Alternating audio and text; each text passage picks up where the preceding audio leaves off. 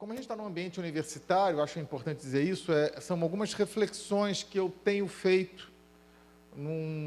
Quero confessar que não são reflexões completamente elaboradas, ainda não publiquei, tenho um documento, um artigo em andamento, tentando organizar um pouco essas ideias. Então, é até uma oportunidade de estar, de certo modo, testando, compartilhando com um ambiente tão qualificado, que é o ambiente acadêmico, um pouco essas ideias que ainda estão fazendo as suas conexões aqui na cachola. A primeira parte, nós vamos tratar de alguns critérios para entender por que uma determinada ditadura, como a brasileira, e depois nós vamos fazer uma primeira parte um pouco mais teórica, depois uma análise um tanto quanto fática da situação brasileira, poderia ter impactos ou poderia ter uma situação de mais difícil enfrentamento desse legado durante o período transicional. Segundo, nós vamos tratar do próprio modelo transicional e da transição brasileira em tentar, então, fazer conexões com a debilidade democrática do Estado brasileiro atualmente e, finalmente, fazer esse fecho, esse enfrentamento de tentar interpretar se, por que e de que forma haveria uma conexão entre a falta de justiça de transição no Brasil e a situação da democracia brasileira atualmente. Conseguem ler? Mais ou menos, né? Então, eu estou propondo que 4 critérios comparativos ou de avaliação de um regime ditatorial, de um regime autoritário, e o seu impacto para o processo transicional, ou as dificuldades que isso traz para um processo transicional, para um processo de justiça de transição, né? A longevidade, a institucionalidade normativa, a normalidade funcional e a impessoalidade do regime. São 4 critérios. Eu vou, então, começar explicando esses critérios. Eu mesmo não consigo enxergar meus slides, vocês me desculpem, mas vou botar o óculos. Quando nós estamos falando de longevidade, claro, estamos falando do tempo de permanência de um regime autoritário. E por que isso seria importante? Porque quando nós temos um regime autoritário muito longo, especialmente quando esse regime autoritário ele permanece por mais de uma geração, nós temos uma aceitação, uma naturalização, uma normalização daquela situação que seria de exceção. Porque, eu falo por mim mesmo, eu nasci durante o regime militar, durante a ditadura. E o meu crescimento, a minha formação, né, obrigado, né, ela é impactada por uma aceitação de que aquele é o estándar, de que aquele é o padrão de normalidade daquela sociedade, daquele regime, daquele Estado. Então, você descaracteriza com a demora a ideia de que há um regime de exceção. Não, eu tenho um regime de normalidade, porque esse é o padrão que perdura no tempo daquela sociedade. Isso traz uma habitualidade da existência de violência e de autoritarismo e de...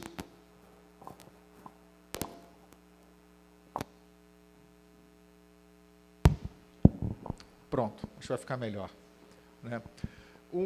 Uma ideia de habitualidade da violência e do autoritarismo naquilo que nós chamamos de uma relação vertical, que é a relação entre o Estado e seus cidadãos, né? Que aqui nós temos um feixe de relações verticais. E, ao mesmo tempo, você contamina as relações horizontais, as relações sociais, as relações dentro, né, da sociedade, entre os cidadãos ou instituições da sociedade civil, que tão pouco desenvolvem a prática democrática nas suas conexões. Ou seja, nós vamos incorporando, né, de forma externa para dentro, uma cultura autoritária. E vamos desenvolvendo uma incapacidade de gerir a vida social de acordo com padrões democráticos. Podemos dizer que quanto mais longa for uma ditadura, mais profundamente as sociedades e as estruturas estatais serão inoculadas por esses desvalores autoritários, esses valores, essas práticas autoritárias e violentas. E, obviamente, maior será o desafio que, num processo de redemocratização, eu terei que enfrentar. O segundo aspecto eu chamo de institucionalidade normativa. Poderíamos chamar também de legalidade autoritária. Ou seja, é muito interessante, quando nós analisamos determinados regimes autoritários, perceber que alguns regimes são manifestamente ilegais. Eles se comportam dentro de uma ideia de excepcionalidade, inclusive sem preocupação de dar um revestimento formal de legitimidade legal ou jurídica para os seus atos. Outros regimes não. E esse vai ser, como a gente vai ver adiante, o caso brasileiro, que faz questão de fundamentar juridicamente, de um ponto de vista formal, a sua intervenção. Até aí tudo bem. O problema é que quando eu legislo autoritariamente, ou faço todo um ordenamento jurídico, um arcabouço jurídico, que legitima, ou que pensa legitimar aqui no sentido de dar fundamento, né, aos atos autoritários e aos atos violentos, eu estou inserindo de forma perene no ordenamento jurídico um conjunto de normas autoritárias que vão semear, que vão fecundar no sistema jurídico, no sistema normativo legal, no sistema normativo jurídico, né, essa ideia ou essa aceitação de todo um arcabouço, um marco legal autoritário e ditatorial. E em função do chamado princípio da recepção, para quem não é do campo jurídico, se entende que quando há uma mudança de Constituição, todo o ordenamento jurídico infraconstitucional anterior, ele é submetido a uma prova de recepção pelo novo sistema jurídico. Em regra, se procura admitir que as normas anteriores foram recebidas pelo novo regime constitucional com um novo fundamento de validade. E, excepcionalmente, se entende que não foram recepcionadas por uma incompatibilidade com a nova Constituição as normas que lhes são contrárias. Ora, isso aparentemente deveria resolver todos os problemas. Não. Se você produziu normas autoritárias durante 21 anos, né, saiu a Constituição de 88, vai chegar os juízes, o Ministério Público, né, o Supremo Tribunal, vão fazer lá, corta, porque tudo isso aqui é autoritário. Nada disso. Porque a cabeça dos intérpretes também é uma cabeça ditatorial. Também é uma cabeça autoritária. Não é porque mudou a Constituição e permaneceram os mesmos 11 ministros do Supremo Tribunal Federal que eles trocaram o chapéu, deveriam tê-lo feito, né, mas que eles iriam trocar o chapéu e conseguir, então, reinterpretar aquilo que eles vinham fazendo durante os anos anteriores. Então, você permanece, a existência desse arcabouço jurídico profundo, né, e extenso, ele acaba impedindo que uma nova Constituição seja, muitas vezes, e efetivamente transformadora. Um terceiro fundamento, um terceiro critério, que estamos denominando de aparente normalidade funcional. O que seria, né? É a capacidade do Estado autoritário, do regime ditatorial, criar uma fachada de normalidade ou de funcionalidade democrática. Alguns estados, quando ocorre o golpe, né, um golpe de Estado, a primeira providência é fecha o Congresso. Porque, afinal, é uma ditadura, o ditador vai governar. Ou então, fecha o judiciário, ou faz um largo e extenso expurgo no poder judiciário, você impede que os demais poderes possam exercer aquilo que a Constituição determinou que eles exercessem, que é o freio e contrapeso e o controle do poder executivo. Ou seja, a usurpação do poder executivo deveria levar a uma reação do poder legislativo e do poder judiciário contra essa usurpação. Qual é a providência normal de um ditador? É fechar o poder legislativo e fechar o poder judiciário. Se, ao contrário, eu consigo que esses dois poderes se submetam ao regime autoritário, sem a necessidade de fechar, a impressão que eu coloco, a percepção que há, é de que há uma normalidade. Nós vamos ver que, no caso brasileiro, isso vai ao extremo, porque o ditador, o primeiro ditador, ele, embora tivesse sido imposto pelos militares, ele acaba sendo eleito pelo Congresso Nacional. Há uma eleição, é declarado vago o cargo, ele é eleito, Castelo Branco, e fala, olha, até hoje isso se invoca. Hoje, dia de hoje, né? Se invoca. Não, mas ele foi eleito.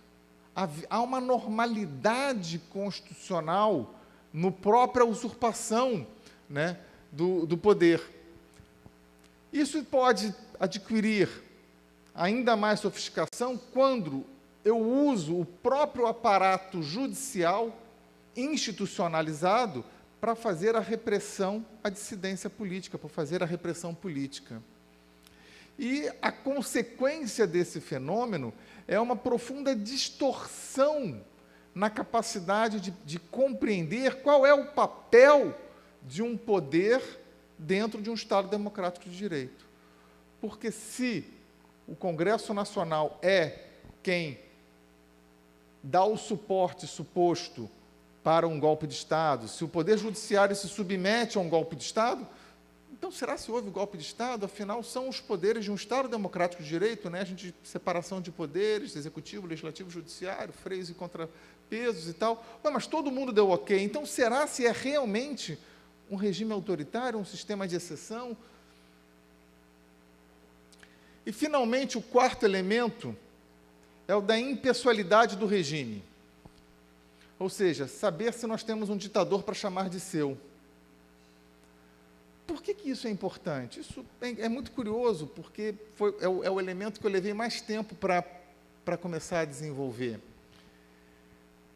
Porque quando eu personifico o autoritarismo, é mais fácil eu depois encontrar o caminho da depuração, porque eu me livrei daquele ícone. Pinochet, não, no início ele não foi deposto, mas foi preso na Inglaterra e tal. Opa, tem alguma coisa errada. A ditadura está representada num ícone. Mas quando isso está pulverizado, novamente é aquela ideia de mas há uma normalidade, não houve um ditador. O Brasil teve o ditador Vargas, mas na ditadura militar não teve um ditador. Se você for perguntar às pessoas, diga o nome de alguns presidentes durante a ditadura militar, as pessoas não vão saber dizer. Mas teve? Quem é? Não sei, mas então não houve ditadura, porque se não houve ditador, não houve ditadura. Normalmente a associação é da pessoa para o fenômeno, e não do fenômeno para o conjunto de pessoas. Então, você com isso pulveriza o foco da crítica, reduz a capacidade de materializar na discussão pós-ditatorial, pós-autoritária, esse caráter do regime. E tampouco o fim da pessoa representa o fim do regime, não há essa associação. Pois bem, a soma desses quatro fatores, uma ditadura longeva, que se revista de uma institucionalidade normativa, que aparente uma normalidade funcional, e, além de tudo, seja impessoal, me parece ser o pior dos cenários. Porque você esfacela... obrigado. Pode deixar, vamos economizar plástico, eu tomo daqui mesmo.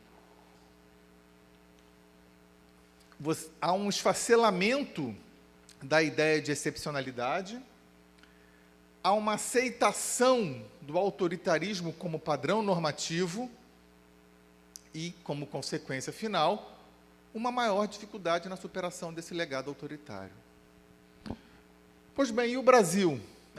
Antes de entrar no Brasil, então, um pequeno fecho.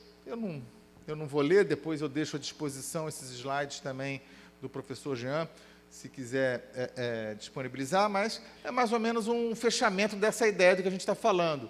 Né? Se por um longo tempo eu tenho essa normalização da violência, do autoritarismo, né, nessas relações, tanto do ponto de vista vertical como horizontal, ou seja, sobretudo, quando o Congresso Nacional e o Judiciário fazem parte desse aparato autoritário, vai ter, inclusive, gente defendendo que não foi uma ditadura, mas talvez uma ditabranda, como nós chegamos a escutar há um tempo atrás, num dos maiores jornais do Brasil, dizendo. Né? Esse hábito autoritário, ele finca raízes, tanto no conjunto social como no aparato estatal. E aí há uma banalização do conceito de violação de direitos humanos, porque aquilo passa a ser a regra, ainda que eu ache indesejada, mas ela é a regra. Se ela é a regra, eu estou aceitando. Eu não faço mais aquele enfrentamento de uma forma visceral. Vamos analisar, então, a ditadura brasileira à luz desses 4 critérios. Extremamente longeva, 21 anos. Aqui no Cone Sul, só perde para a ditadura paraguaia, de Stroessner, que durou 35 anos. 21 anos, percebam, nós temos aqui uma ditadura intergeracional. Pessoas nascem, pessoas morrem, pessoas se educam, completam o ciclo educacional durante o período ditatorial. Tivemos uma farta produção normativa.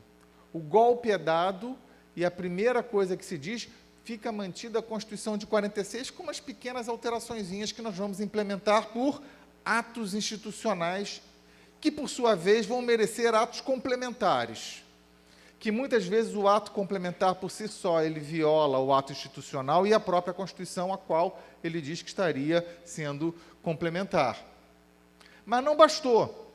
Em 67 se outorga uma nova Constituição, que não bastou. Em 69, eu faço uma reforma da Constituição de 67, que, na verdade, é outorgar uma nova Constituição autoritária. Então, no final do dia, eu tenho 3 constituições, 17 atos institucionais, 104 atos complementares e milhares de decretos-leis e de leis produzidos do aparato normativo. Imaginar que, em 5 de outubro de 88, isso vai ser esfacelado, vai virar poeira, uma triste lembrança do passado, que isso não deixa consequências até hoje. Alguns exemplos. Estatuto dos Militares, 1980. Decreto-lei que regula as polícias militares, 68, 69. Até recentemente, lei de imprensa, que a essa o Supremo tomou a decisão de dizer que não era recepcionada, aquele processo de não recepção, mas demorou. E assim vai. Nós temos vários exemplos de normas, né? A Lei de Segurança Nacional ainda é uma Lei de Segurança Nacional do período da ditadura, que são aplicadas como se fossem algo absolutamente corriqueiro e normal pelo Supremo Tribunal Federal. As instituições funcionaram naquela fachada de aparente, né, naquela fachada de normalidade. O Congresso Nacional formalizou o golpe de Estado. Né? Então, ele dá o respaldo ao golpe de Estado. Ele não foi fechado nenhuma vez, ele entrou em recesso por períodos curtos, por períodos extremamente curtos, especialmente se comparado com o tempo que teve a ditadura de 21 anos. Claro, que Congresso, já que era um Congresso que tinha sido depurado, o ato institucional número 1, ele já faz a cassação de direitos políticos de mais de 100 pessoas. Mais de 58 deputados. Depois nós vamos ter todo o processo eleitoral sendo viciado. Mas havia processo eleitoral. Meu pai fala isso para mim, mas tinha eleição. Né? Onde eu tenho os partidos cassados, eu tenho toda a destruição do conteúdo material, mas eu tinha a fachada, a formalização, a aparência de uma normalidade. Tenho censura à imprensa, um dos outros elementos essenciais, mas a imprensa funciona. Inclusive, uma grande rede de imprensa floresce, cresce. Nós temos o telejornal em rede nacional, pela primeira vez no país, ou seja, uma imprensa extremamente ativa e atrativa funcionando. E capítulo que eu vou depois dedicar um pouquinho mais de atenção é o próprio Poder Judiciário. O Poder Judiciário foi se não o principal instrumento de repressão política. Se transferiu para a Justiça Militar, o Ministério Público Militar fazia as acusações, né? Fazia-se a repressão à dissidência política através do sistema judiciário. Ou seja, absolutamente normal, inclusive, supostamente, havia direito de defesa. Não tivemos um ditador para chamar de nosso. Tivemos N ditadores, mas não temos um assim que a gente pudesse falar, nossa, esse é meu ditador, é meu malvado favorito, alguma coisa nesse sentido. Né? E no Judiciário é um dos capítulos mais tristes. Eu quero que, enquanto a gente vai falando sobre isso, apenas por um efeito especulativo, né? Porque a gente assim vive num mundo muito abstrato, mas imaginar que se passasse hoje, longe de passar um regime autoritário hoje, né? Se a gente esperaria resultados diferentes. Aquela coisa do pessoal da ciência exata, né? Sem mudar os elementos da experiência, achar que o resultado vai ser diferente. Porque é isso que a justiça de transição tenta fazer, mudar os elementos da equação para dar um resultado diferente. Mas será se sem mudar os elementos da equação o resultado pode ser diferente? Vocês conseguem imaginar se o Supremo hoje daria uma decisão como essa daqui, né? A prevalência da norma revolucionária sobre qualquer outro preceito. Isso é o Supremo deliberando sobre as normas dos atos institucionais. Elaborada a lei pelo Estado revolucionário, é conforme o regime revolucionário que deve ser interpretada. A não ser assim, a interpretação seria a própria negação da revolução e do regime. Essa é uma decisão de 1969 do Supremo Tribunal Federal. Uma outra, tem várias, eu peguei só 2 decisões para destacar. Uma outra, um mandado de segurança que tinha sido impetrado por um deputado federal cassado, né, que sequer foi conhecido o pedido pelo Supremo Tribunal Federal. Um deputado federal cassado. Porque o ato autoritário dizia que os atos autoritários não eram passíveis de revisão pelo Poder Judiciário. Então, o Judiciário falou, então eu não posso revisar. Se o ditador diz que eu não posso revisar, eu não posso revisar. E assim é, porque, afinal, é um ato revolucionário. Então, percebam a absoluta cooptação da estrutura estatal, passando essa ideia de absoluta normalidade. Uma pequena comparação do Brasil com os estados do Cone Sul. A Argentina teve uma ditadura que pode ser de 7 ou de 14 anos, na verdade são 2 períodos de 7 anos com intervalo. Eu entendo que o segundo período, e é o período genocida da ditadura argentina, não pode ser compreendido sem o primeiro período. Mas a literatura, em geral, fala da ditadura argentina de 7 anos, mas que seja 14 anos. Né? Então, 14 anos. Na Argentina, não houve nenhuma preocupação em produzir todo esse arcabouço normativo. Né? Não, era na base da porrada mesmo. Né? Tudo era clandestino, tudo era ilegal, tanto que a principal estratégia era o desaparecimento forçado. Né? Porque não havia sequer, e aqui se combina com a normalidade funcional aparente, essa preocupação de se manter uma aparência. Né? O segundo regime ditatorial argentino ele é absolutamente destrutivo. Né? E tampouco como aqui no Brasil, houve pessoalidade, houve uma sucessão de ditadores. O Brasil, 21 anos, como já falamos, de profunda institucionalidade normativa, de aparente normalidade funcional e também impessoal. Bingo. O Chile, mais curto, usou também de profunda produção normativa no Chile, mas a repressão, por exemplo, ela foi toda feita à margem do sistema de justiça, o Congresso foi fechado durante longos períodos, ou seja, não havia a normalidade funcional, e tinha o ditador para chamar de seu. Paraguai é o mais longevo, manteve a institucionalidade normativa, também como um estado de exceção nos demais aspectos, e tinha um ditador para chamar de seu.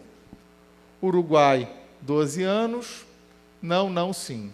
Então, o Brasil preenche os piores requisitos cumulativamente. No meu ponto de vista, isso explica boa parte do problema da dificuldade da superação desse legado, inclusive quando a gente compara com a situação desses outros estados. Entramos aqui na segunda parte, então, que é uma análise da transição do período ditatorial para o período democrático. Se diz que a transição brasileira foi, isso todo mundo já discutiu, né? Muito, controlada, lenta e gradual. Vamos abrir um pouquinho esse conceito.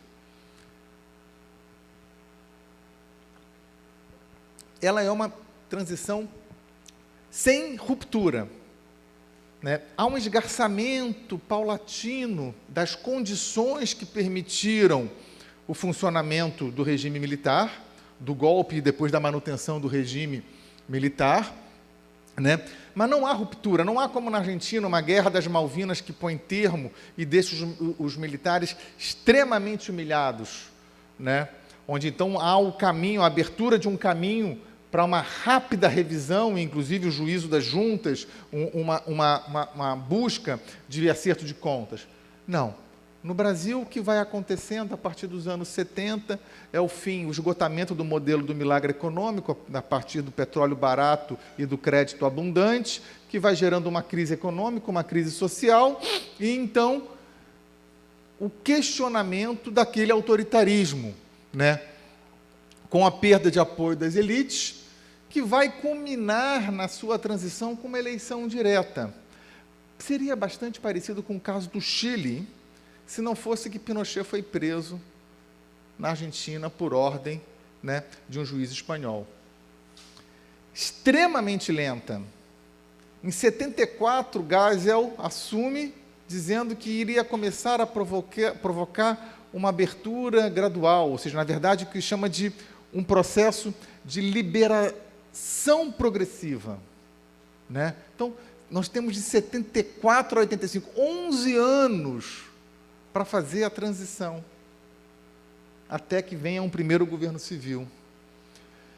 Nessa gradual e controlada transição, nós vamos ter uma anistia de 79, que é uma anistia que se inicia como sendo um movimento de contestação da sociedade civil, sobretudo das mulheres, é um processo feminista de defesa da liberdade, né?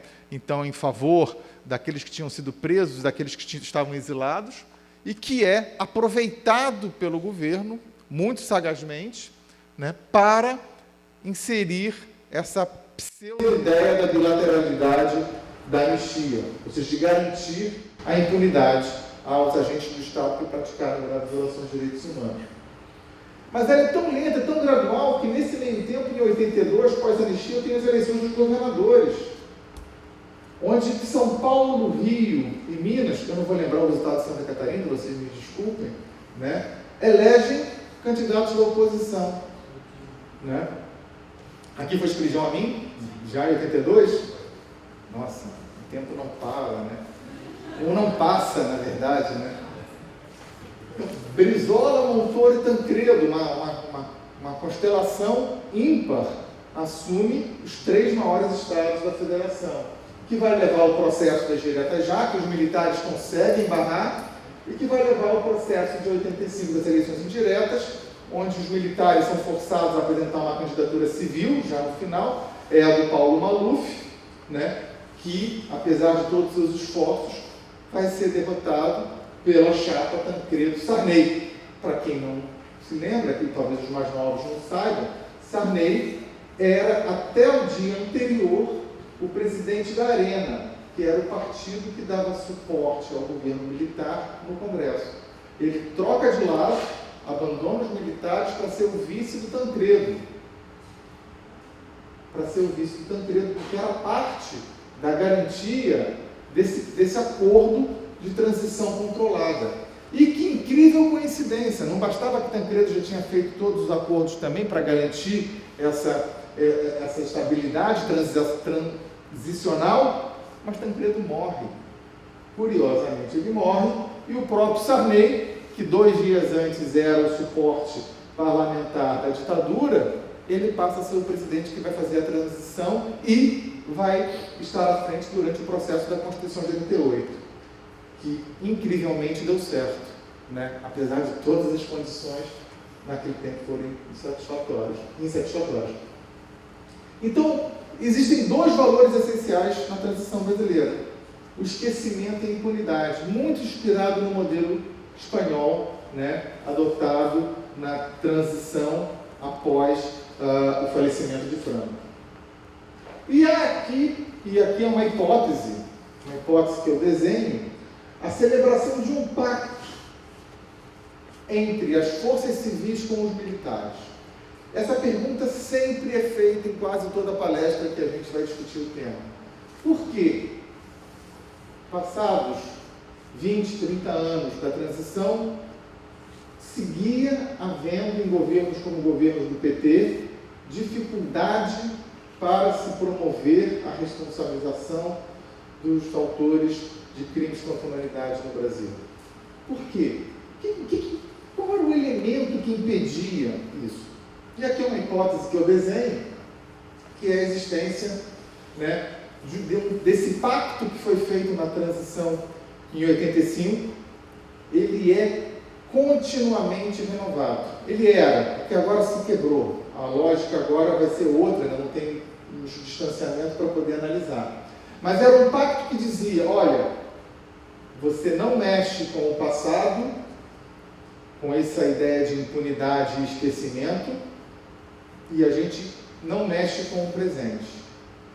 E é muito interessante porque, se a gente observar o comportamento da cúpula militar no impeachment do Collor, em todas as crises que foram passando, no questionamento à eleição da Dilma pelo Aécio, depois no processo de impeachment, inclusive aqueles militares que tentavam fazer algum voo solo, eles eram postos na geladeira, eles eram advertidos pela própria caserna. Jamais a cúpula militar colocou em risco o funcionamento do modelo civil construído a partir de 1985. Era um silêncio muito forte diante de crises muito também fortes, que me leva a construir, especialmente a partir da análise do comportamento da presidenta Dilma, né, que me leva a concluir que essa é uma hipótese bastante factível. Claro, sempre tendo a elite econômica como fiadora, como aquela que garante, que é a garantidora desse pacto, desse acordo.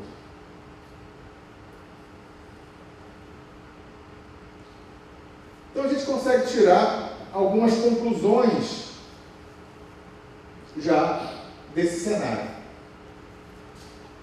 Primeiro, que a ditadura sedimentou na sociedade brasileira a aceitação do arbítrio, do autoritarismo e da violência como os padrões normais da relação entre Estado e cidadãos.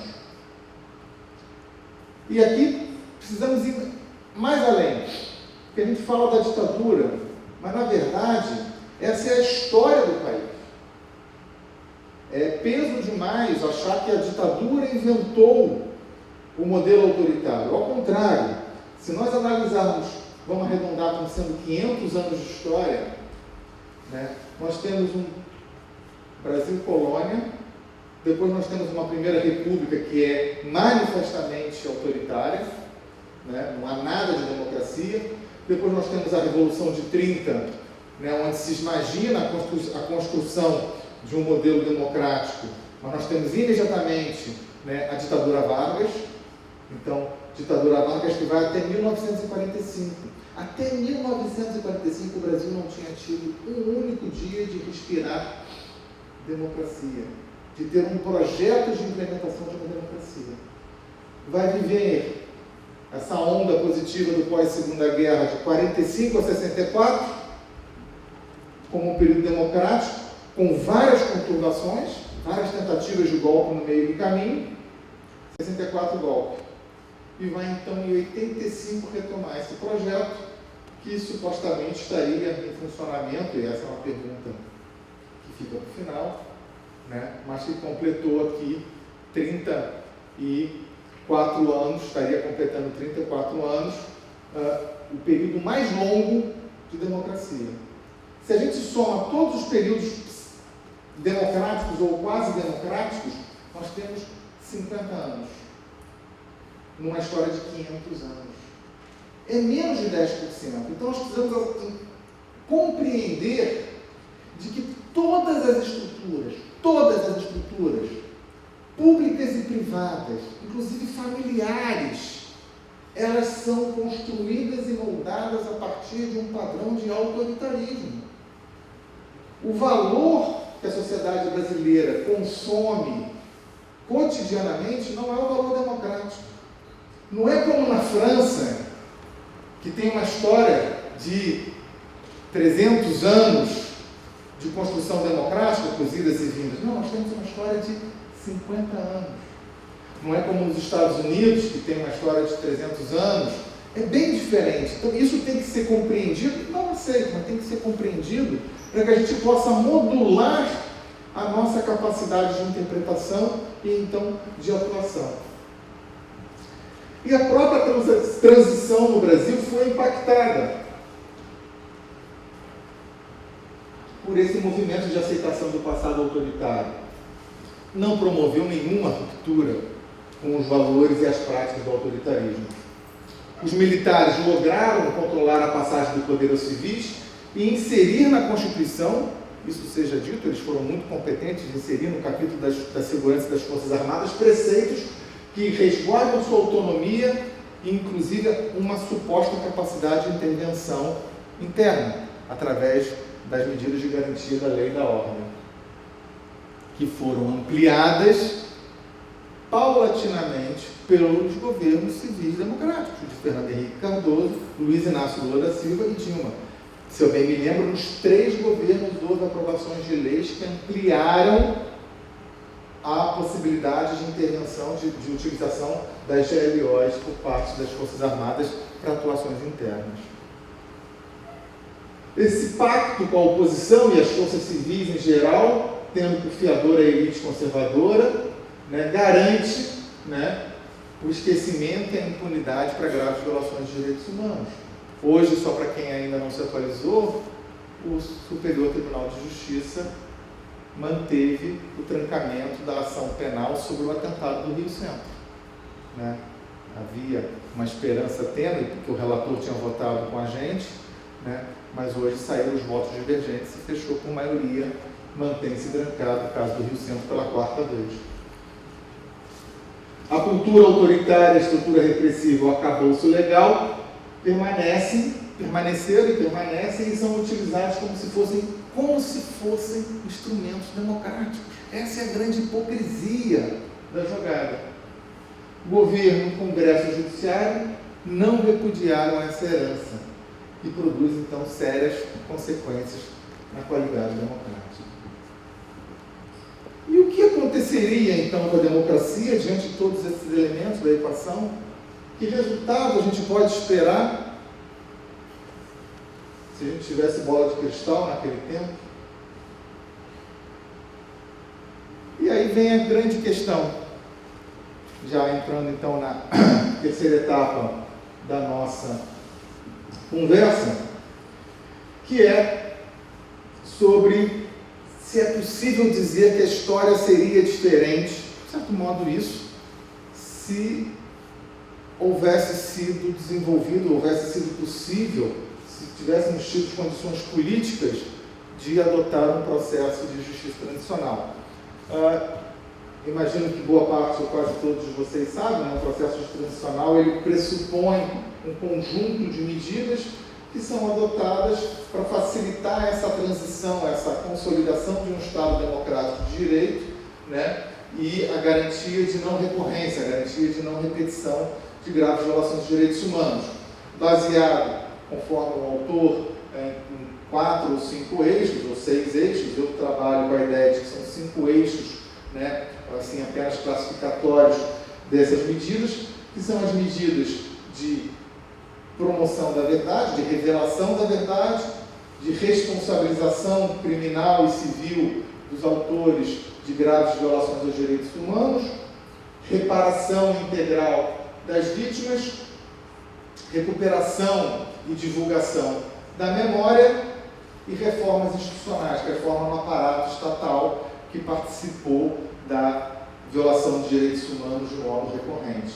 Tudo isso, né, esse conjunto de medidas deveria ser adotado, se entende como uma recomendação, para que permitisse essa transição mais rápida para um Estado democrático de direito, mais rápida e mais sólida, mais fundamentada, que geraria, se a gente for efetivamente uma democracia, a consequência do grande objetivo, que é a não repetição, a não recorrência desses fenômenos. É evidente que a gente não consegue fazer análises peremptórias, porque precisaríamos aqui de elementos contrafactuais. Eu não posso trabalhar se tivesse feito isso, o resultado seria aquilo, porque eu não tenho como testar. Nós estamos no campo aqui, sobretudo das ciências humanas. Mas nós conseguimos trabalhar com alguns indicadores, né, da qualidade democrática relacionados com esses valores da justiça de transição. Eu lembro uma vez que eu estava num seminário com a comissão de anistia, né, onde tinha alguns acadêmicos que defendiam a lei de anistia, que defendiam a aplicação do direito ordinário, positivo, o afastamento do direito internacional, né, acadêmicos que foram relevantes no julgamento, inclusive no Supremo Tribunal Federal da DPF 153. E lá para as coisas eu enchi o saco, né, daquele debate e tal, e aí eu falei para ele, era um doutorando, né, escuta, se você se sentir assim que você tem um veio, uma vocação genocida para violar direitos humanos, onde você preferia ser presidente? No Brasil ou na Argentina? Aí ele falou assim, evidentemente no Brasil. Eu falei, pronto. Então, você está respondendo a uma das questões. O fato de eu não ter uma tradição de responsabilização dos responsáveis por graves violações de direitos humanos, ela permite, vamos falar abstratamente, que eu possa ter até um presidente que defenda a tortura. Né? Não vamos trabalhar com coisas assim, vamos fazer reduções ao absurdo, como argumentos também, como formas de argumentos acadêmicos, né?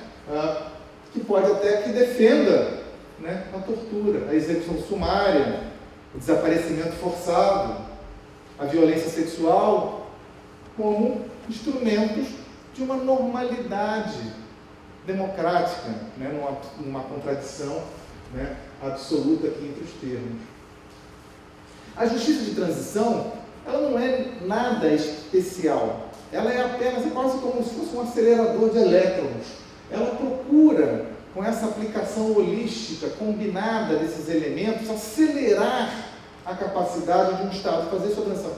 Eu ainda acredito que o Brasil, mesmo seja de transição, passado mais de 300 anos, se o mundo não acabar antes pela questão ambiental, a Ana Lúcia luta muito para que isso não aconteça, né, possa ser uma democracia no ritmo atual do seu desenvolvimento. Talvez os bisnetos das pessoas mais jovens aqui não viveram uma democracia. Porque, né, a sociedade pode evoluir, mas a expectativa é de que a gente, com esse conjunto de medidas de um processo transicional, que é um processo que promove de modo incisivo e mobilizador valores essenciais do Estado Democrático de Direito, sobretudo o direito de igualdade, que quando eu responsabilizo um agente do Estado com uma grave violação de direitos humanos, eu estou dizendo a ele, ó, você é igual a ele, que é um mero cidadão. É muito interessante que no Brasil a gente aprovou a lei da tortura em 97, mas os principais réus de tortura no Brasil são cidadãos comuns, são criminosos comuns, não são os criminosos do Estado. Porque eu não tenho o valor da igualdade incorporado. O agente policial que hoje tortura, aliás, agora já não é nem o agente policial, mas já é o agente privado, especialmente em supermercados de São Paulo, né? Ele tortura com aquela garantia, com aquela percepção de que eu não sou igual, porque eu sou um agente de segurança, eu tenho o direito de torturar, porque o Estado me garante esse regime de impunidade, né? O direito à verdade, à transparência nas relações entre o Estado e os cidadãos, o direito à justiça, de que toda vítima tem direito à justiça, coisa que no Brasil até hoje não se incorporou. É impressionante, nós que trabalhamos com direito penal, a pessoa mais maltratada no processo penal brasileiro é a vítima. A vítima é um bosta. Assim o Ministério Público e o Judiciário tratam a vítima. Isso é um bosta no processo, porque é o Estado que quer punir. Eu respeito as testemunhas, mas a vítima eu não quero nem escutar. Você tem interesse na... Que absurdo, né? A vítima tem interesse na reparação via responsabilização. Os juízes brasileiros não gostam disso. Eles acham um absurdo que a vítima tem interesse. Vai explicar? Nem psiquiatra acha. Né? A ideia de responsabilidade, que todo agente público é responsável pelos seus atos e tem um dever de prestação de contas, né? De render contas, como na linguagem anglo-saxã de accountability, modelo de accountability. Então é isso. A compreensão holística desses mecanismos, ele favorece, me parece evidente, pela pauta axiológica, a construção de um Estado mais forte do ponto de vista democrático de direito e com capacidade de não cometer recorrências. A relação, então, entre justiça transicional e democracia é decorrência do fortalecimento da sociedade civil e das instituições democráticas. E aqui vem um ponto que eu acho muito importante, porque um bom processo de justiça transicional tem como, embora seja, na minha visão, dependa necessariamente de uma política pública, não adianta, justiça criminal é uma decisão política se promover. Né? Promover uma lava-jato é uma decisão política.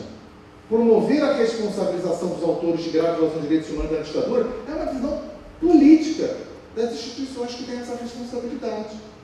Né? Então, não adianta.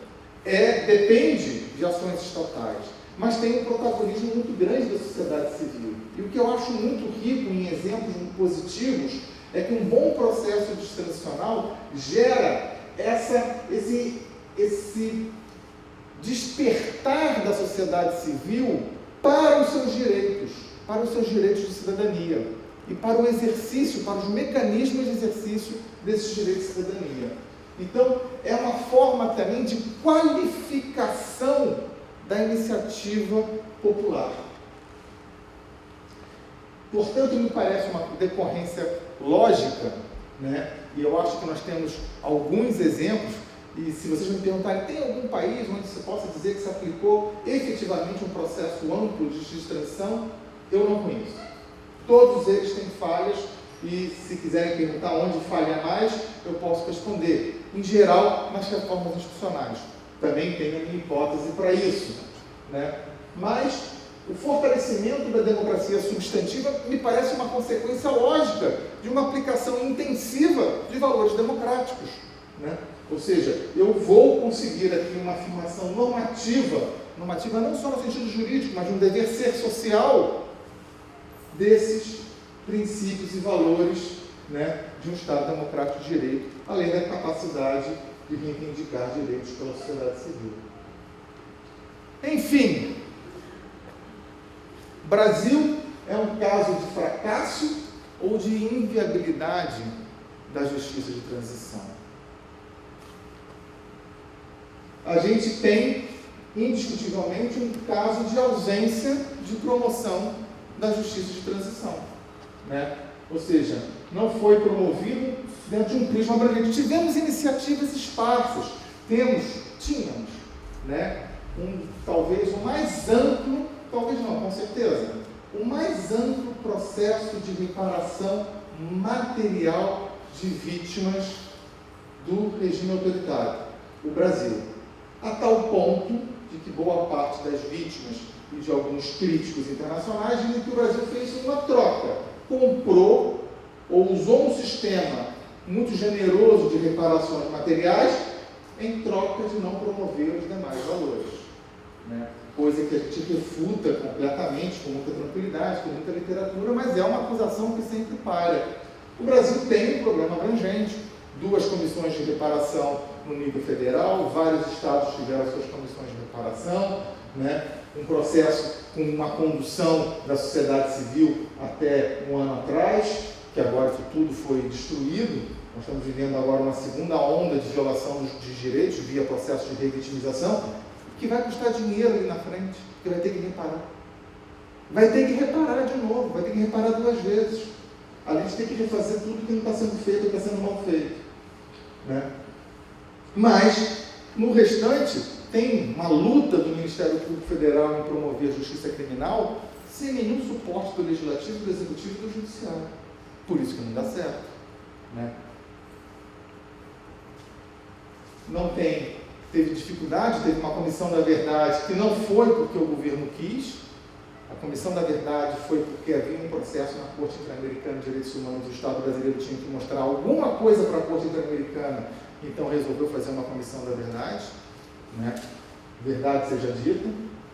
E assim se vai. Nenhuma reforma institucional, tirando uma em 1988, que foi feita no Ministérios Públicos, que era uma boa reforma, hoje eu tenho minhas dúvidas se ela falhou no meio do caminho.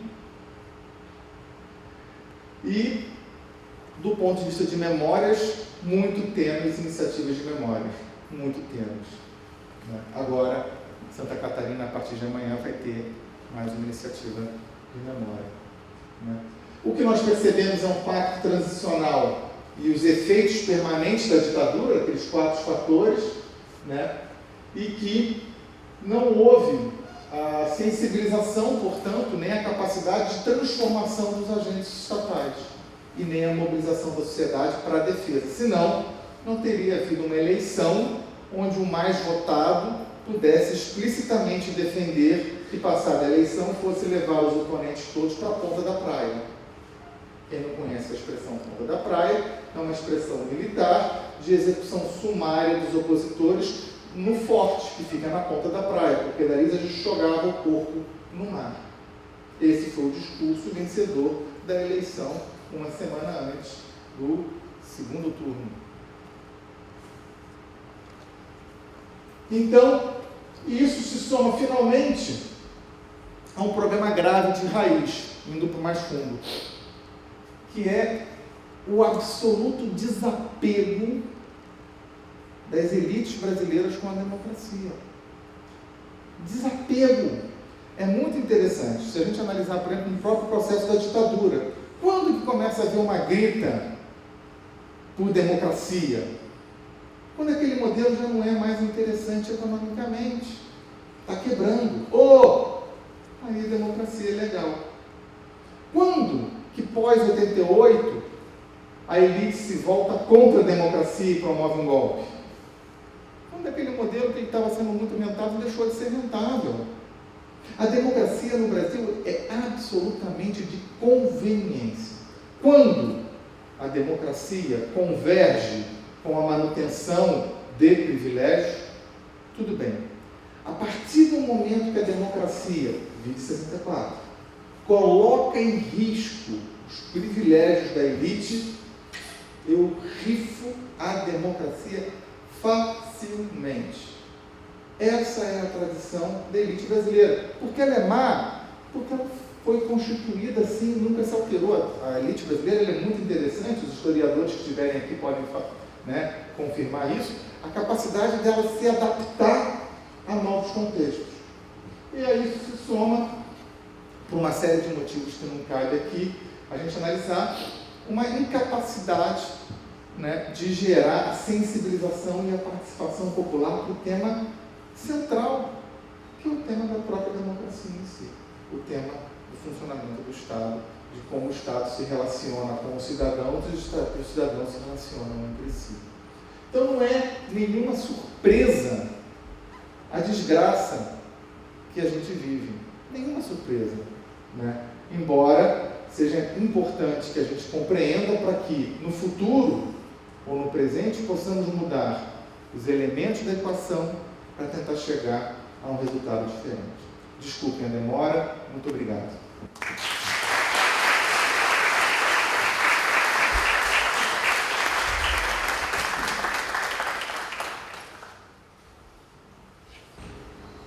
Eu quero, em primeiro lugar, agradecer ao Marlon pela grande aula que ele acabou de nos dar.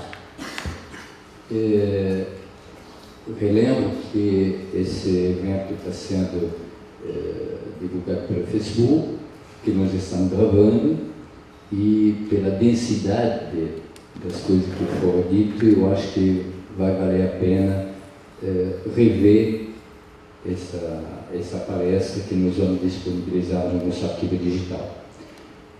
Vou deixar agora a palavra para a plateia para fazer perguntas. Eu quero aproveitar a provocação do palestrante. Eu acho que o encerramento e com aquela tabela das ditaduras do Cone Sul, eu acho que é importante acrescentar ali na América Latina a da Fulgêncio Batista, de Cuba, e da dinastia de Somoza, né, da Nicarágua. Eu acho que são elementos importantes, porque nós temos um quadro hoje na conjuntura latino-americana, e um dos fatores que me traz aqui esse debate é de refletir com você, talvez você pode me ajudar, porque você deu alguns elementos fundamentais aqui que caracterizam uma ditadura, ou as ditaduras, a postura tanto a nominal, né? Na família Somoza nós tínhamos uma dinastia. Em Cuba foi o único, Batista. No Paraguai, Stroessner. No Chile, Pinochet. Na Argentina, Vilela, que foi o que mais se destacou, e foram outros generais. No Uruguai também, alguns também. Mas na Nicarágua, na América Central, uma preocupação, eu tive que fugir do país. Né?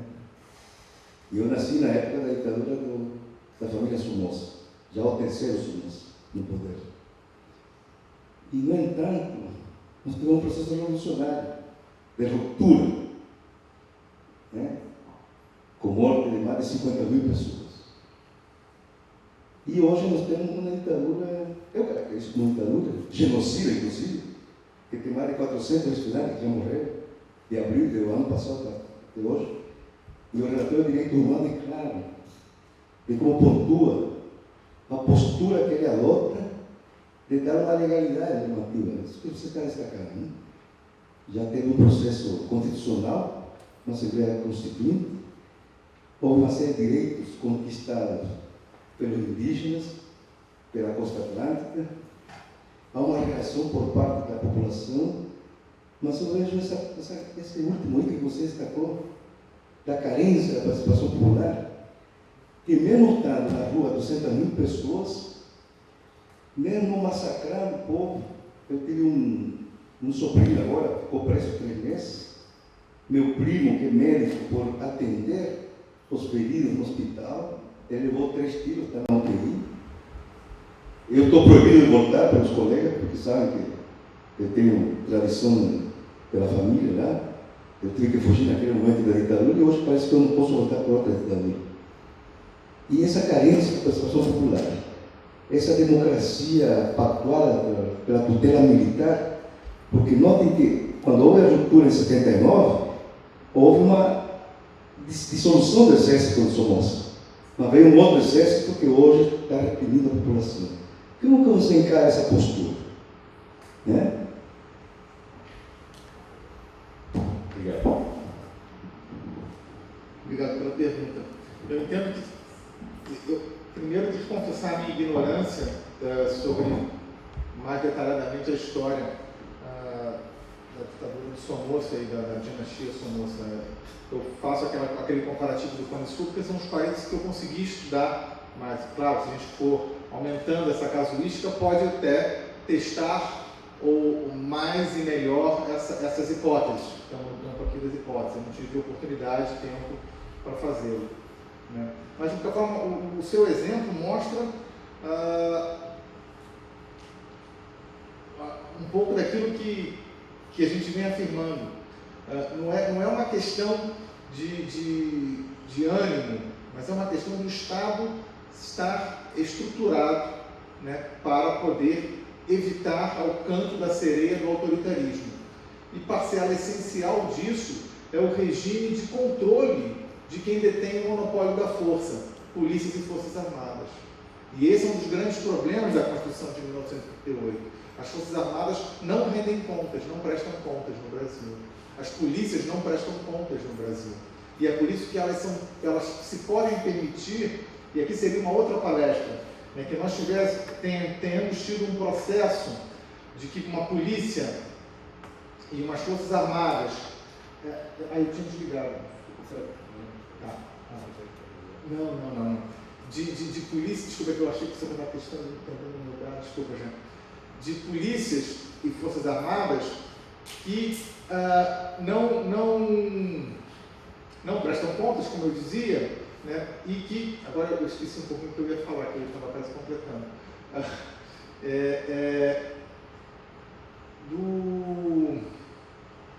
da necessidade de que você tenha controle social e controle externo sobre essas atividades que detêm o monopólio da força. Senão elas se transformam de uma polícia que era uma polícia que privilegiava o governo, e em vez de se transformar numa polícia ou numa forças armadas democráticas, elas tendem a se transformar em autarquias corporativas.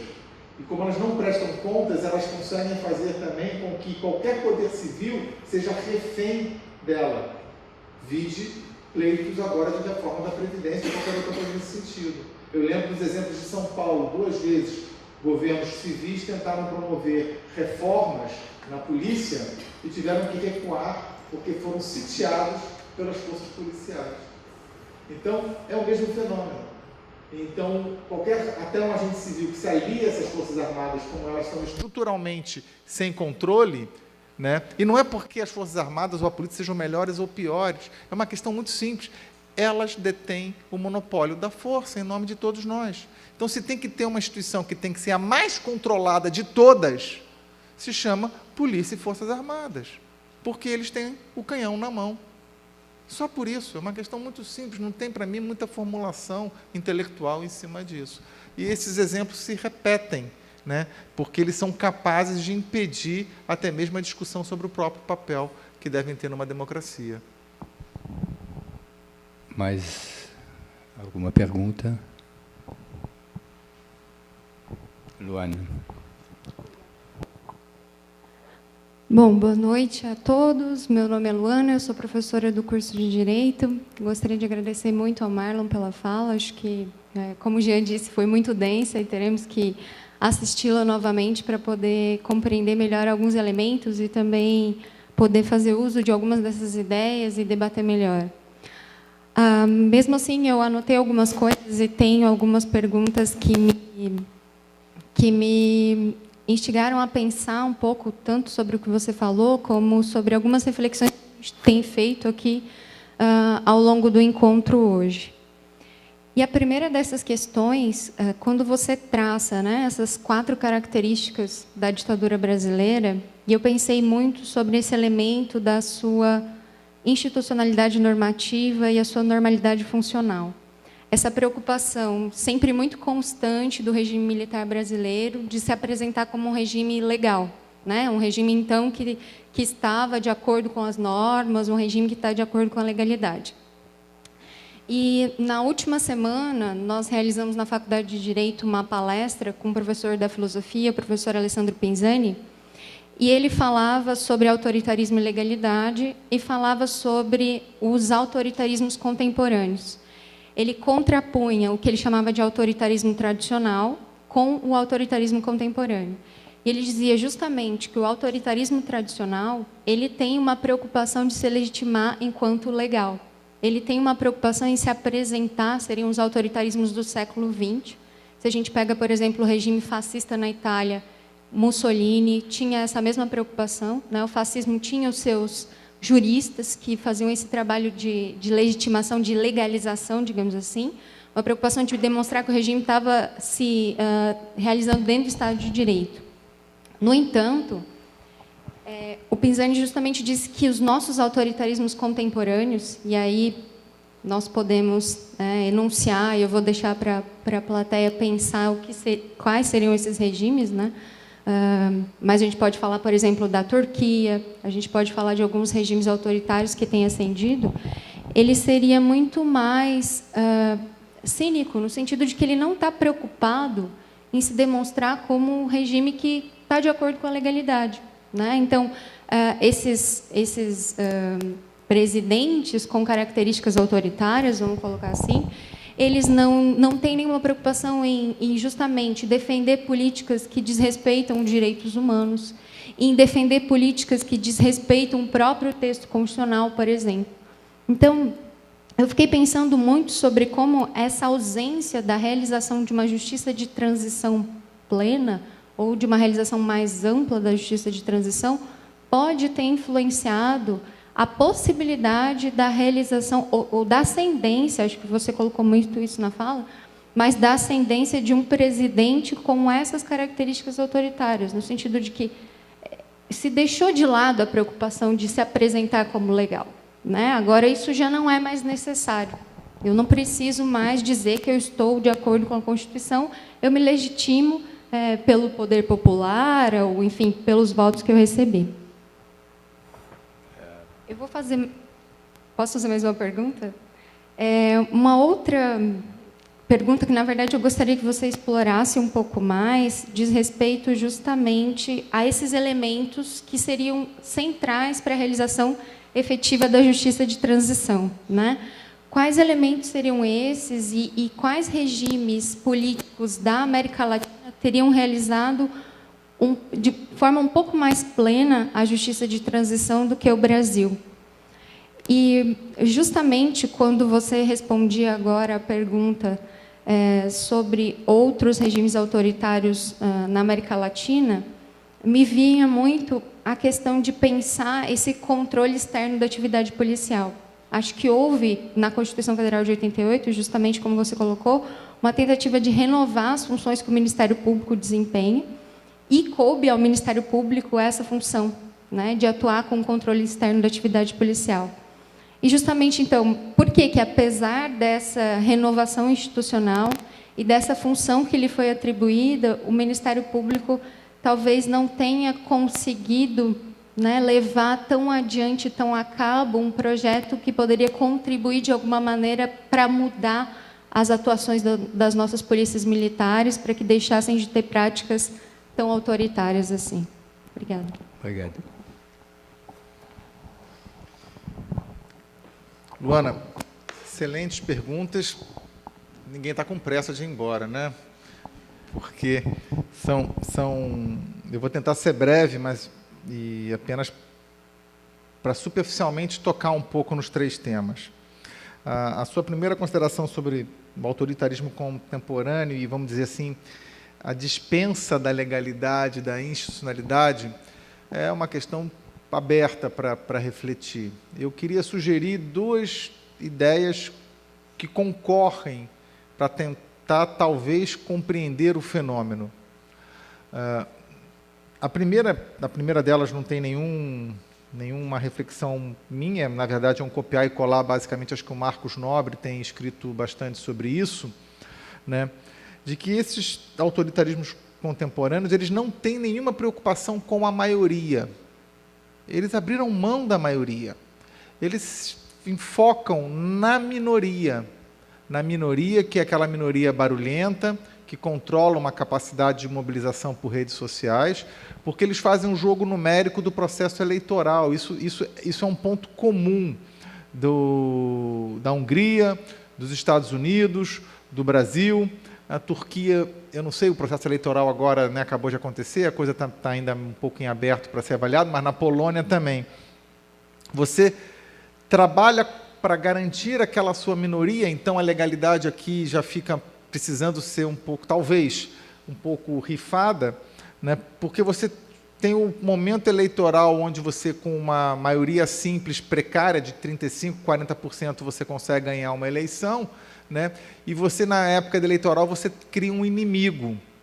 Então, nessas eleições, sobretudo, que a gente sempre achou mais democrática, que é uma eleição de 2 turnos, eu consigo criar o outro como um inimigo e catalisar votos para aquela minoria, e vai perpetuando esse modelo de vitória. Eu acho que ainda é muito precoce, porque nós estamos vivendo uma primeira onda de resultados eleitorais que levaram essa extrema-direita autoritária ao poder em alguns estados. Não sabemos se ela continuará, se ela terá condições mais duradouras ou não, essa está aberta, mas eu acho que é uma consideração que pode ajudar a pensar. Eles não precisam, para o modo de operação e para os objetivos que eles têm, eles não precisam dessa aparente legitimação perante a maioria, né? E um segundo ponto, que eu acho que isso está muito em aberto, Jean, para uma reflexão, é algo ainda incipiente também, que eu gostaria de estudar um pouco mais. As sociedades estão abrindo mão facilmente da democracia, entendendo que as democracias, a partir dos anos 70, anos 80, não conseguiram dar conta da desigualdade, que foi gerada pela globalização irresponsável como ela foi promovida, né? Então, se debita, se colocou na conta, e isso é muito interessante, se isso for verdade, essa hipótese que ainda, na verdade, nem hipótese é uma especulação que eu tenho feito, né, de que o que acontece nesse fenômeno, se está colocando na conta da democracia o fracasso do modelo econômico. E não se coloca na conta do modelo econômico o fracasso social. E de perceber que esse modelo econômico cooptou os Estados. E por isso que os Estados, mesmo as sociais-democracias, não conseguem responder, porque as sociais-democracias, quando chegaram no poder, mimetizaram os partidos conservadores, por uma pressão econômica. Então, hoje, essa raiva à democracia, e a gente pode falar isso do Brasil, eu prefiro a ditadura. Né? A democracia não tem valor porque ela não entrega, supostamente é a democracia que não está entregando bem-estar social, e não o sistema econômico que está impedindo essa entrega de bem-estar social. Nós estamos colocando a culpa na pessoa errada, nós não.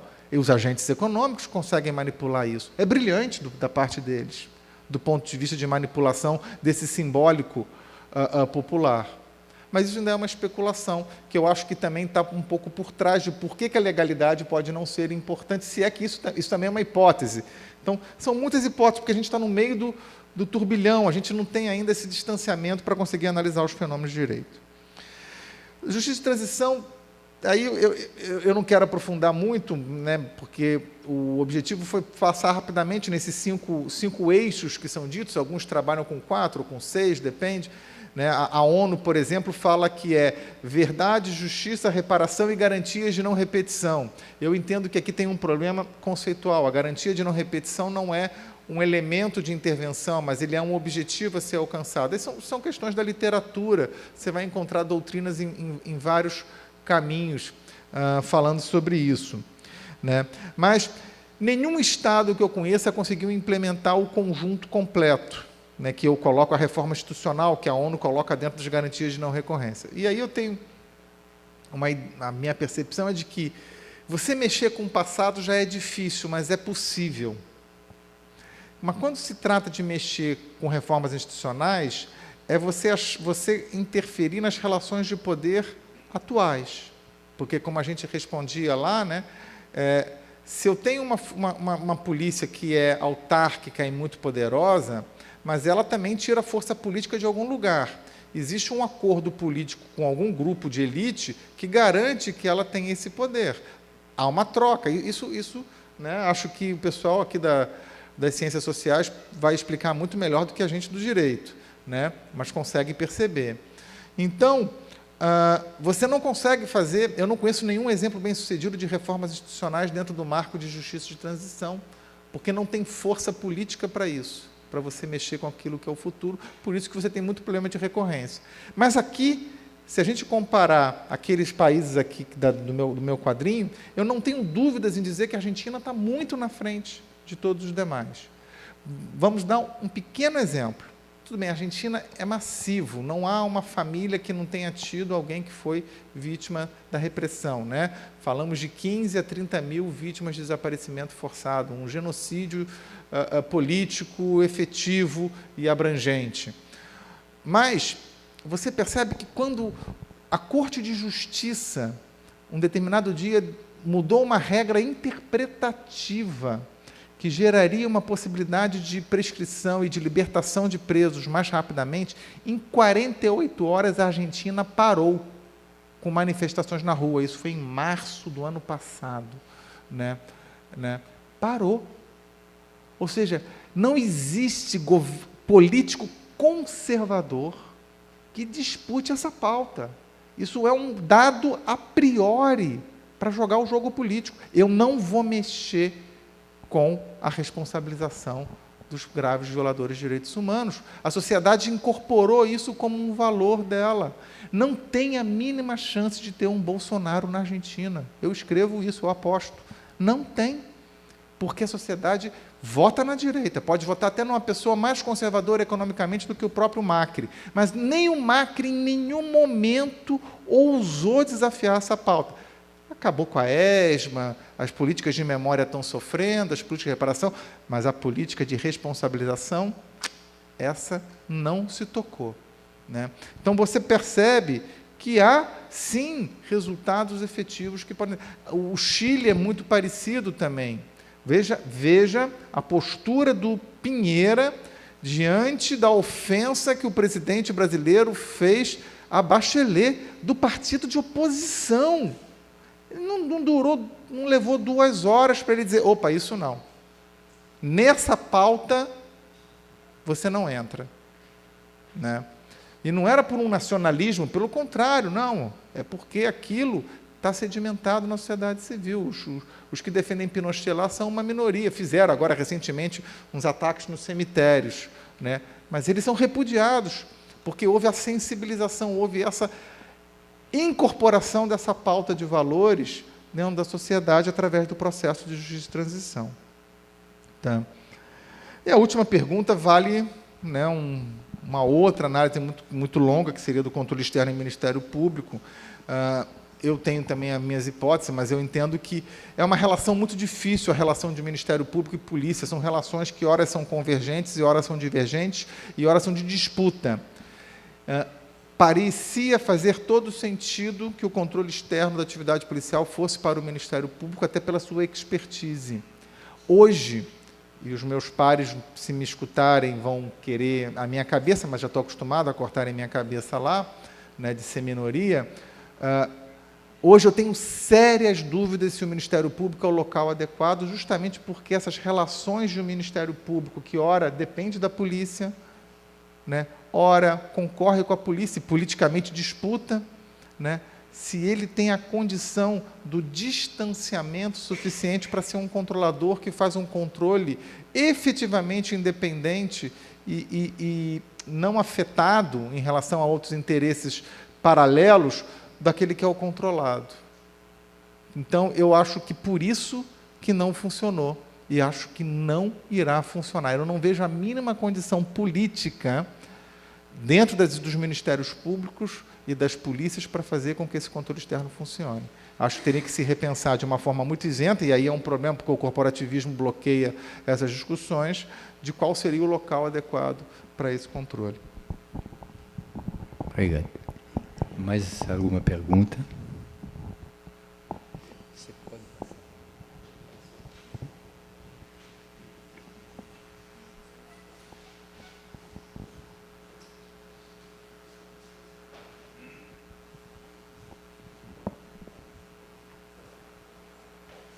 Não é bem uma pergunta, é mais um esclarecimento. Tendo em vista que não há essa possibilidade de julgar os crimes cometidos na ditadura por conta da lei da anistia, no âmbito nacional, tipo, tem sido muito levado para o âmbito do direito internacional, né? Você até falou da questão da Corte Interamericana de Direitos Humanos. Eu queria só saber um pouco mais sobre essas tentativas. Eu sei que ainda não teve nada de muito efetivo, né? Mas eu queria só que você explicasse um pouco mais sobre essas tentativas. Muito rapidamente. Qual o seu nome? Lisa.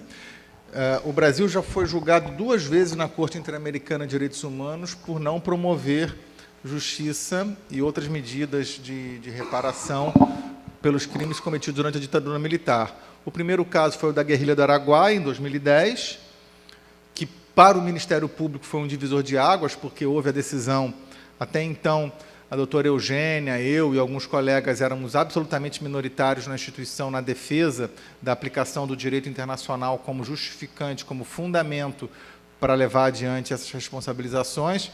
A partir da decisão de 2010, a instituição tomou a decisão de que, óbvia, né, de qualquer instituição séria, de que decisão judicial se cumpre. É simples assim. Então, a decisão da Corte Interamericana de Direitos Humanos, existe a Convenção Americana, diz que todos os órgãos são obrigados a cumprir, vamos cumprir, goste ou não goste. Essa foi a decisão do Ministério Público, né? Claro, tinha toda uma discussão amadurecida das razões para isso, mas essa foi a decisão. Por incrível que pareça, os outros órgãos do Estado brasileiro não acham que decisão judicial é para ser cumprida se vem da Corte Interamericana de Direitos Humanos, né? Mas, para a gente, foi muito simples, e nesse sentido que levou todo o impulsionamento de mais de 50 ações penais, 200 investigações e uma série de providências. Se tiver curiosidade de saber o resultado, nós temos um site, né, que é justiçadetransição.mpf.mp.br. Ali a gente presta contas de 20 anos de trabalho nesse tema. E teve uma segunda decisão ano passado, 2018, que é do caso Herzog, né? Só para perceber como o Brasil não cumpriu a primeira decisão, houve a necessidade de uma segunda decisão para dizer a mesma coisa que a primeira decisão, só que levantando o volume um pouco mais, né? Onde se definiu, era um dos nossos pleitos, que se dissesse que o Brasil, que houve o cometimento de crimes contra a humanidade no Brasil. E a Corte disse isso, em 2010 não havia dito, agora em 2018 disse, e reafirmou que o Estado, por todos os seus órgãos, tem o dever de promover a justiça criminal em cima disso. Infelizmente, o Supremo Tribunal Federal bloqueia essa pauta desde 2010. Há inúmeros pedidos, recursos e ADPFs para que o Supremo volte a reapreciar essa questão, para compatibilizar a sua decisão na ADPF 153 com as decisões da Corte, né? Mas o Supremo segue sem incluir esse ponto na pauta. E se incluir o ponto na pauta, eu temo muito que o resultado seja absurdo, né? Só para te dar um pequeno exemplo, existe apenas um país na América Latina que não cumpre com esse dever de promover a responsabilização dos agentes estatais que cometeram graves violações de direitos humanos durante os regimes ditatoriais dos anos 70 e anos 80. Qual é esse país? O Brasil. O último era El Salvador, que há 2 anos atrás revogou a lei de anistia. A Suprema Corte de El Salvador reconsiderou suas decisões anteriores e decidiu que tinha que cumprir a decisão da Corte Interamericana que obrigava. O Brasil é o único país, o Brasil é um pária na América Latina no que diz respeito. Nós somos o paraíso dos torturadores, né? Existem paraísos fiscais, existem paraísos de lavagem de dinheiro, nós somos o paraíso da violação de direitos humanos. Mais alguma pergunta? Paulo.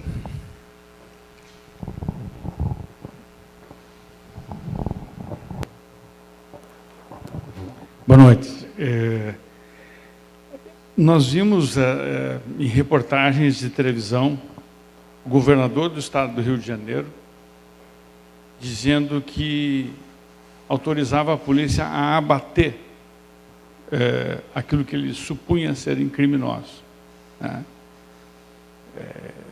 Que eu saiba, não existe ainda no Brasil legalmente a pena de morte, né? E a gente sabe as consequências desse tipo de ação.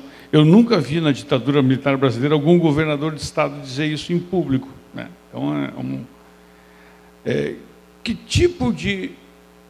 Qual a instituição do Estado brasileiro que pode fazer frente a ação de uma autoridade governamental como ele, como o governador do Estado. É o Ministério Público do Rio de Janeiro, é o Ministério da Justiça, é o Supremo Tribunal Federal. Quem que pode impedir, né, uma instrução dessa para as forças policiais, que é um comandante do Poder Executivo de um Estado importante da Federação, como o Rio de Janeiro, né, só para pegar um caso bem preciso, né? Ou se teremos que apelar para uma corte internacional, né? Talvez seja o caso. Eu fiquei muito preocupado com esse tipo de episódio, né? E as consequências dele, que não param de acontecer. Aí existe a atribuição por investigar e por propor uma ação penal é dos ministérios públicos, né? Se for contra governador, é do Ministério Público Federal, porque tem prerrogativa de foro no STJ, né? Se não for contra o governador, aí é do Ministério Público do Estado, né? Então, cabe a eles e aí essas instituições fazerem investigação e levarem ao respectivo tribunal, seja a Justiça no Rio de Janeiro, ou seja o STJ. Matéria. Isso se comprovar, né? Então tem toda uma questão de comprovação. No âmbito internacional, dependendo de se for um crime internacional, é o Tribunal Penal Internacional com sede em Haia que teria atribuição, que tem atribuição para investigar e julgar crimes de genocídio, crimes contra a humanidade e crimes de guerra, né? Então, é uma questão de você conseguir interpretar de que se esse crime é um crime internacional ou não, né? Então, mas respondendo muito objetivamente, seriam essas instituições.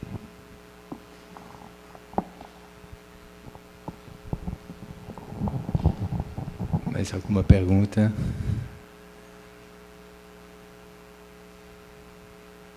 Eu estou pago até as 9.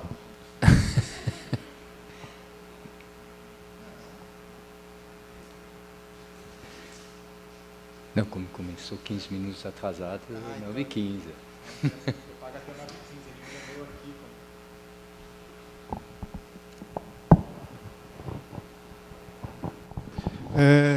Durante a apresentação, o senhor fez um contraponto entre o modelo brasileiro e argentino, certo?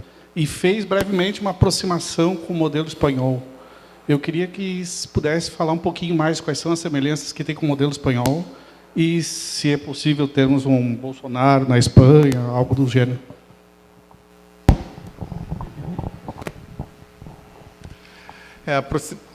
A aproximação é porque a transição espanhola também foi construída num pacto conduzido pelo rei,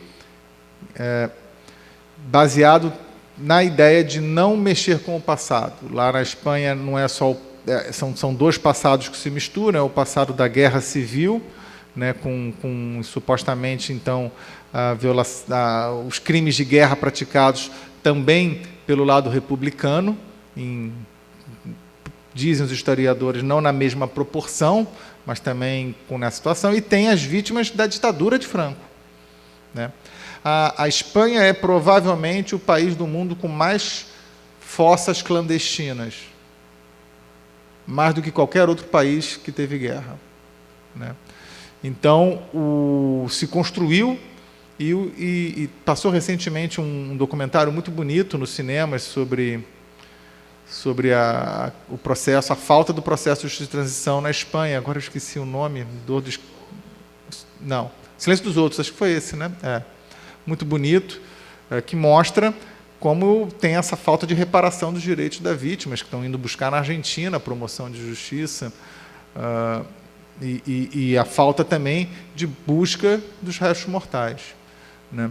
O ex-juiz Baltasar Garzón se desgastou muito politicamente quando tentou impulsionar essas buscas. Para vocês terem uma ideia de como a coisa pode ser complicada, na Espanha, cabe às famílias, à sociedade civil, financiar e fazerem as buscas. O Estado apenas dá uma autorização para que eles possam fazê-la.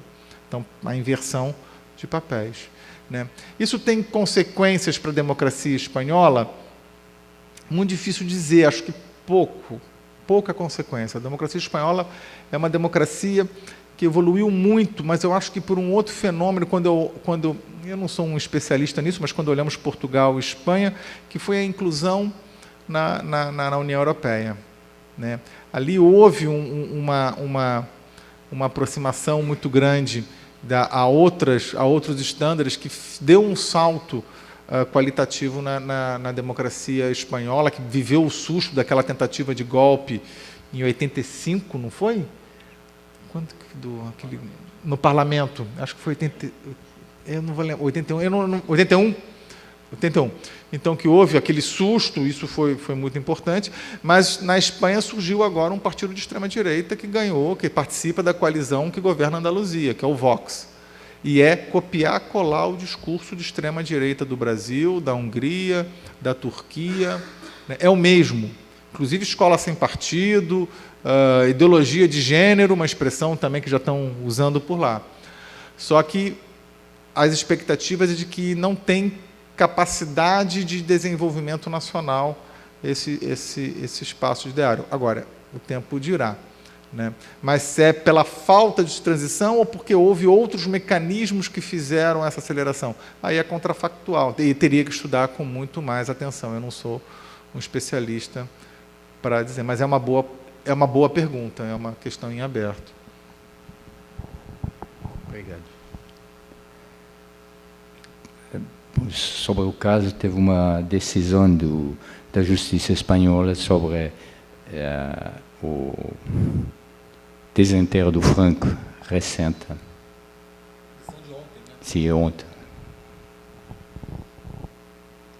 Não sei se é a expressão desenterro. Exumação.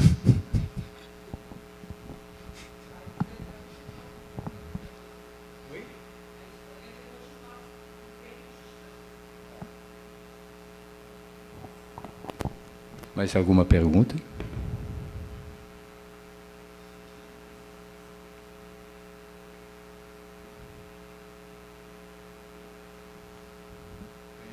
Bom?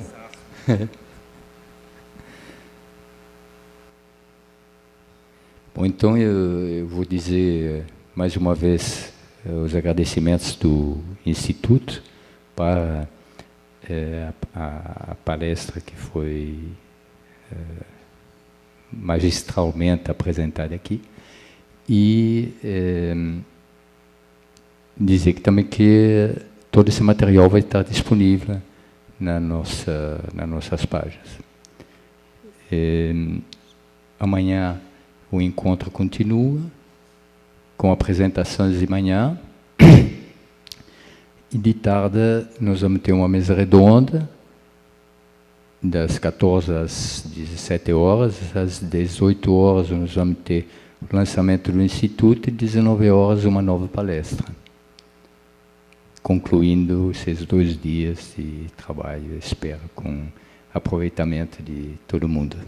Tá. Muito obrigado, Marlon.